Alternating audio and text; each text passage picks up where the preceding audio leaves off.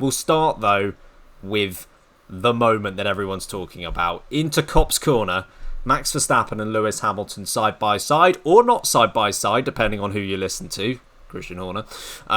They come together into the corner. Max Verstappen is out of the race, goes into the wall at some speed. He has been, I think, precautionary, but he has gone to hospital. But he did get out of the car on his own accord. So obviously, best wishes to him. Hopefully, there's nothing. No damage there going forward for the rest of this season. But in terms of the incident itself, Lewis Hamilton 10-second penalty. Sam, do you think it was an appropriate one? Well, speaking of Copse Corner, someone should bloody call the cops to defuse the situation, because, my lord, that was an unreal... If you haven't heard Christian Horner say it enough times already in the last 2 hours, a 51G crash. That was after Lewis Hamilton stuck a wheel up his inside, in the exact words of Christian Horner. Do I think it's a racing incident? Do I think it's Lewis Hamilton's fault? I think in our little text chat that we always have when we're watching a race, we always discuss it as it goes along. We were all a little bit undecided, a little bit to and fro to begin with, and then I looked at some evidence online. I saw some kind of telemetry of how cars were meant to pan out in certain lines, and I have swayed towards this being a mistake on Hamilton's part. The corner at Copse is an odd one. It is a very late apex. It's obviously incredibly fast, very flat out corner in these modern cars, and Verstappen is taking the racing line. Hamilton is alongside at the start of what is technically the corner, but at the point of the apex, because of the angle of the corner, Lewis Hamilton is already front wing in line with Verstappen's rear tyre. Essentially, that's where they made contact, obviously, as we're all aware. And the fact that tyre came off, absolutely crazy. That was really strange to see. So I have leant towards this being a Lewis Hamilton fault, and I actually think that the 10-second time penalty, a little soft, but at the same time, it's a first lap incident, so that always gets a little bit of leeway from the stewards. And I admire the fact that Hamilton has bloody gone for it as well. Not that should play into any difficulty in serving up a penalty, but I loved the ambition, I loved the optimism, I loved the attempt. Now, it's a shame that resulting in Max Verstappen being out of the Grand Prix. It's a shame that resulting in no points being scored for our championship leader. Max was on fire this weekend, and not just because it's 33 degrees outside, because he has been so on form this season. The fact that he's finished in the top two every single race, apart from Baku, where he had that unfortunate tyre issue, and now at Silverstone, where he was ruthlessly taken out by his championship rival. I think Hamilton just deserves a penalty. 10 seconds. It felt like an age when he was in that pit box. But I do think Hamilton probably should have backed out of it. It felt like he rushed into that a little bit. It felt a little bit desperate from a man that's won 7 world titles and knows just how good he could be in a wheel-to-wheel situation. But then again, he went overtook 2 other people at that corner, and it went flawlessly. So it can happen. But this one just went wrong for him. So yeah, I think a penalty is fair. I do think this was more Hamilton's fault than a racing incident. What are your thoughts, Harry? Do you agree with Sam? Do you agree with the stewards?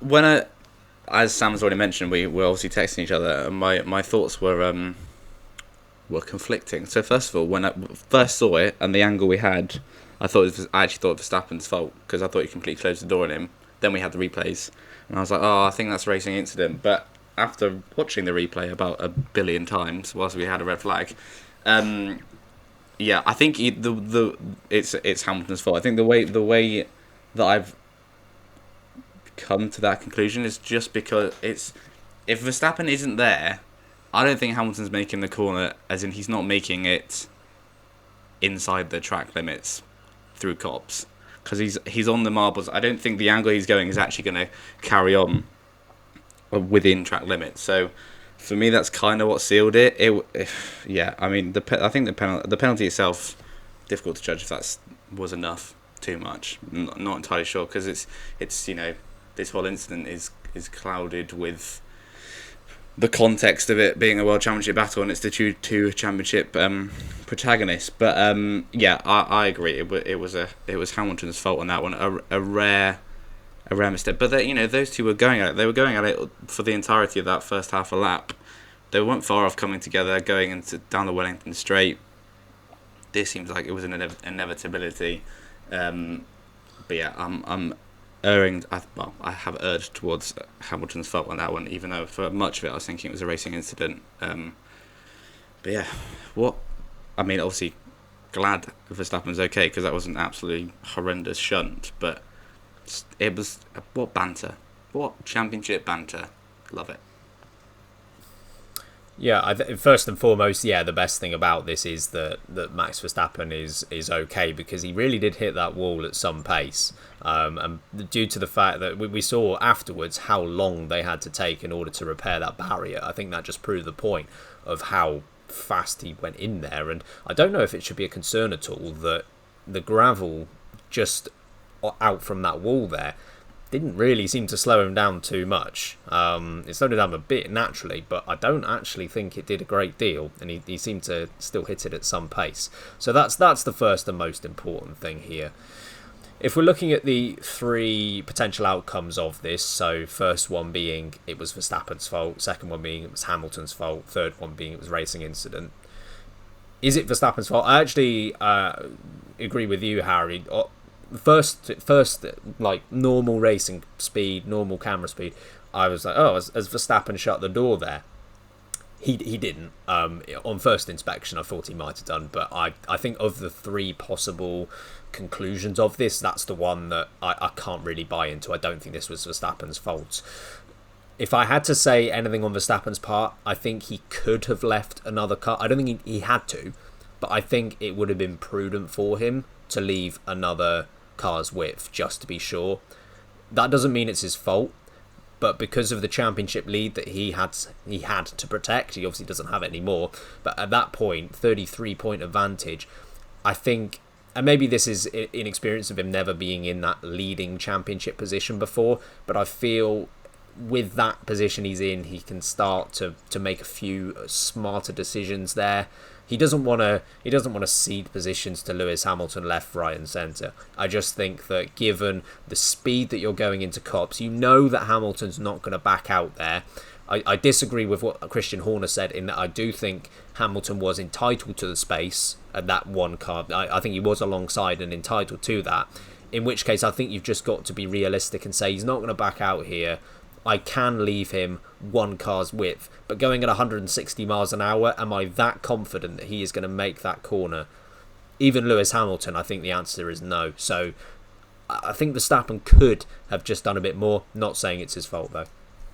In terms of whether it was Lewis Hamilton's fault or whether it was a racing incident, I watched this plenty of times and I couldn't work it out until I got the onboard view. At which point you do see that last little bit of understeer that drives it into it. Because I think for the most part, he was doing all right. And really, it's only that sort of last half a second where he can't hold on to it when he drives into it. So from my side, I think it was a Hamilton-led crash. And I do believe he should have been penalised for it. As to what that penalty should have been, a lot of people are asking, why isn't that penalty more? I'm actually going to go the other way. I'm going to ask, why wasn't the penalty less? Why was it not a 5-second penalty? Because over the last couple of race weekends, we bark on about consistency all the time. We saw Sergio Perez and the Charles Leclerc incident. We saw the Lando Norris and Sergio Perez incident in sprint qualifying. We saw the Carlos Sainz and George Russell incident. All of them 5 seconds for forcing the other guy off the track. This is the same thing in that sense, right? So why is it 10 seconds? If there's a reason that they can give, fair enough. But I can't understand why this one is 10 seconds and all of those other ones are 5 seconds. You could argue Verstappen's been put out of the race. The contact was at a higher speed. My view on stewarding is that the result should never dictate the penalty. It should always be the action rather than the result. A lot of people seem to think that it was a harsh penalty after the race was finished and after Lewis Hamilton won by a few seconds. You can't apply penalties in that way. You can't go on and see what the result would be and then say, okay, based on that, he should get this penalty. The penalty should be awarded, from my perspective, at the time that it's done, and it should be based on what the action was, not what the result has been. In which case, I can't make a case for this being 10 seconds over the other ones being 5 seconds. But I think it depends entirely on what your view on stewarding is. That's my view on it. So I don't think the 10 whether it was 5 or 10 seconds, the result wouldn't have actually ended up changing. But that's how I see it. I mean, the other thing, this is not to do with the penalties at all, but and not a dig at any of our loyal British F1 supporters, but I saw a few clips going around of the cheers when Verstappen flew into the barrier, which, I think if we'd been at Austria or, Zandvoort and it's the opposite way around, I'm sure that it would have been the same way, but, we don't want that. We're better than that. I know it's passion and people are very passionate about supporting the British drivers at Silverstone, but, it was a heavy shunt and you shouldn't be cheering for that one. But as I said, spicy banter, we love it.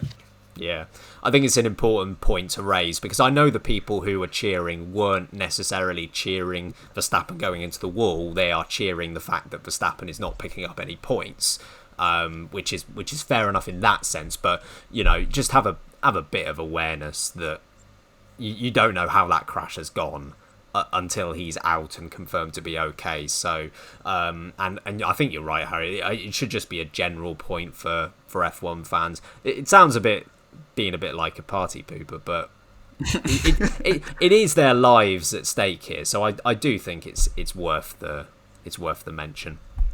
If we were not called late breaking, we would be called party poopers. So that was the close second place when we were thinking of what this podcast should be. It narrowly missed out.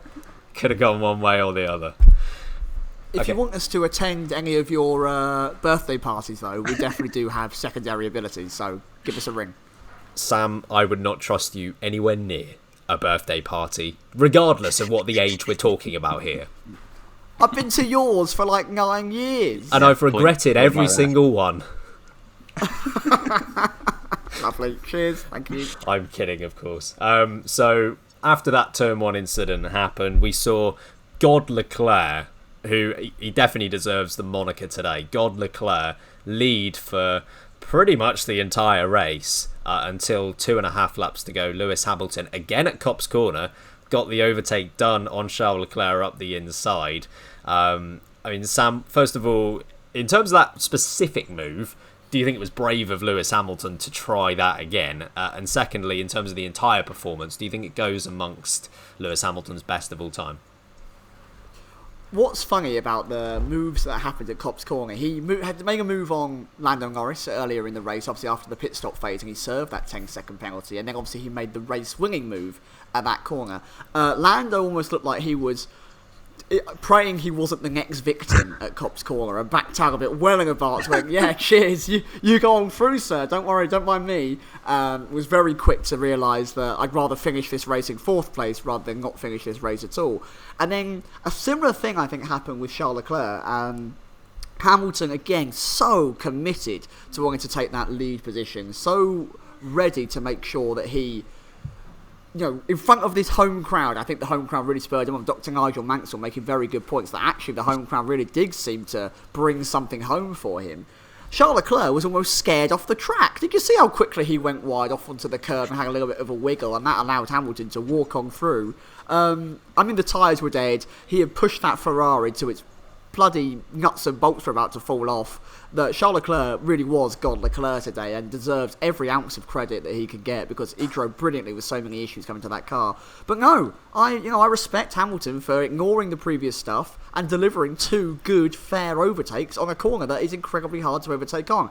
Do I think this was one of his best drives of all time? No, I don't. Firstly, because, of course, he was involved in the incident that took off his rival. That's never ideal. I don't know if you could really put that down to being in the best drive of all time. Secondly, team orders allowed for him to go through ahead of Bottas. I think he would have overtaken him, but I don't think he would then have got caught up to Leclerc. I just don't think it was all around great performance. I think that Hamilton actually, at the start of the race, not the end, I think he was brilliant towards the end, don't get me wrong, to close that gap down and make that move. But I do think there were things that weren't perfect. So I will not put this into a greatest of all time category, but it was a bloody good Grand Prix. When you've had 99 race wins, you've got a lot to choose from for a top 10 list. I wouldn't say this makes it just into the top 10, but it was definitely a very good Grand Prix for him, and those closing laps hunting down Leclerc were absolutely spectacular to watch, and the Silverstone crowd were phenomenal to listen to. It really made me want to get out my chair and whoop and holler, as the Americans might say. I did have some little goosebumps on the arms as the crowd went wild. It was Bloody lovely. Harry, stop giggling at me like a small child. Whoop and holler. Whoop and holler. Yeah, I agree with what you say in terms of the crowd and the atmosphere making you miss Silverstone. Shall we say 2022 British Grand Prix live podcast from the Grand Prix itself? Let us know if you'd like us to do that, because sounds good to me. I also love how the incident between Verstappen and Hamilton was, quote Sam Sage, not ideal. Could not have put it better. Could not have put it better Headlines.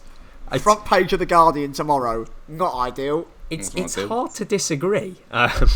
Anyway. Harry, what did you make of God Leclerc's performance and Lewis Hamilton's performance? Yeah, I mean, I was so confused about how Leclerc was in. I know why he was in front, obviously, but then stayed in front and was just so quick. Like that's, and they were pointing it out in the. If you're watching Channel 4 this weekend, you know, a few races ago in France, they fell through that field like a stone. It was ridiculous. Those two Ferraris couldn't look after their tyres to save their lives. And now today, one of them was leading the field, holding off Hamilton for... I mean, he held off Hamilton for that first stint entirely, and then obviously he was leading but got hunted down at the end. But, yeah, Leclerc, yeah, absolutely earned his title as God Leclerc today. That was just some ridiculous stuff. Hamilton's performance, I agree with what Sam said entirely. I mean, not ideal, that incident.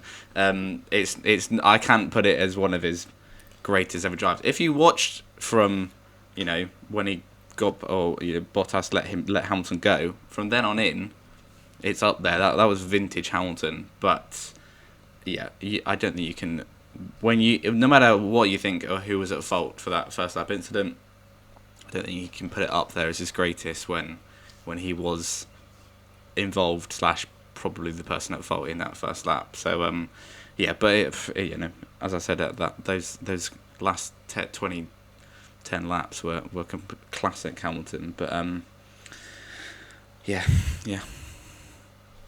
classic conclusion for me. That classic conclusion. Yeah, really nailed that ending, didn't you? I Really thought I had another point, and then I realised I didn't. So you're welcome, folks. So not ideal, and yeah. Yeah. I'm too hot. All right, I'm too hot. It's fair. It is too hot. It is a fair point. In terms of, I've seen a lot of people say that, well, it's one of Lewis Hamilton's best performances as long as you ignore the first lap, and it's like, well, you can't really ignore the first lap because that was part of the race, so it doesn't quite get up there for me. It was, you know, the last sort of stint was pretty epic from Lewis Hamilton, and what was probably most brilliant about it is that Charles Leclerc responded. Like, Charles Leclerc responded by up to about 1 second per lap, that he got quicker and quicker as Lewis Hamilton was chasing him down, and it still didn't matter because Lewis Hamilton was going from 131 to 130 into the 129s. I know Sergio Perez ended up getting the fastest lap, but Lewis Hamilton would have got that if Perez hadn't come into the pits late on. So, you know, he did a really epic job on that second stint, and it proves that he's still one of, if not the best driver in Formula One. It's him, Verstappen. Maybe you want to throw Leclerc into the mix as well, but he is amongst that elite at the very least. And many would argue, perhaps including myself, that he is still the best driver out there. And it was epic. It wasn't perfect because the first lap wasn't ideal, if I'm using a Sam Sage phrase. But also you have to bear in mind that he didn't get past Charles Leclerc on that first stint, when, you know, he was camped out sort of 1.5 2 seconds behind for a lot of that first stint. He didn't get past then, so it did take him a long time in order to make up that position. And I don't want to take away anything from Hamilton in terms of the time, you know, the time that he made up, but the penalty he got did help him out a great deal, because really it was only the Lando Norris overtake that he needed to do as a result of the penalty. If you think I'm not going to count the Bottas overtake, you know, the Leclerc overtake he would have had to make anyway, regardless of whether he had that 10-second penalty. So really the only one was that Lando Norris overtake. It was still a great overtake, and so was the Leclerc one. But it's not as if it dropped 10 seconds when the field was rather condensed, he would have had to have made up about 10, 15 places. He had to make up one. So it was a great performance, don't get me wrong, but not his best or probably top 5, according to me at least. On the other side, Leclerc, he was a god. I've got nothing else to say, really. He's a god. I reckon, and folks, I live in a converted church, so I very much reckon that on the top of the spire, they're going to put Charles Leclerc on there as a kind of signal as to how holy that man is behind the wheel of a Formula 1 car. Just spectacular. Also, before we move on from Ferrari, I don't know about you guys, but when Sainz came into the pits and they cost him about 10 seconds due to that issue, I was, how are they going to find a way to mess this up for him? And they didn't. They're making strides. I feel like they brought Sainz in first because they were all really nervous. They were just like shaking, like get Sainz in first. If we balls this up, we've got to get at least balls up Sainz's race. But obviously, well done Ferrari for. I mean, his engineer is extremely calm at giving him very complicated instructions. Just like, I know you're driving fast, Charles, and you've got Lewis Hamilton hunting you down, but can you just do that? Like, put up this mode into your steering wheel. Yeah, cheers. All right, nice one. Cheers, mate. It was like he was speaking Latin to him, wasn't it? It was like, hello, Charles, yeah, Alpha 58 minus 412, divide it by pi, and then tell me how far the moon is. And then, yeah, if you could just carry on leading the race, that would also be great. Thanks, Charles. And Charles, like, I'm trying. Honestly, I can't believe nothing happened on that pit stop and it happened on the Sainz one. I was just thinking to myself, if Charles Leclerc went over the team radio like, oh, how did Carlos's pit stop go? It was great, Charles. 2.4 seconds. Nothing to worry about. Don't panic. Also, kept my bold prediction alive, so thank you, Ferrari engineers. I know. I was wondering how long it would take for Sam to mention that one. Well, you know, Carlos saw the signs and he duly delivered.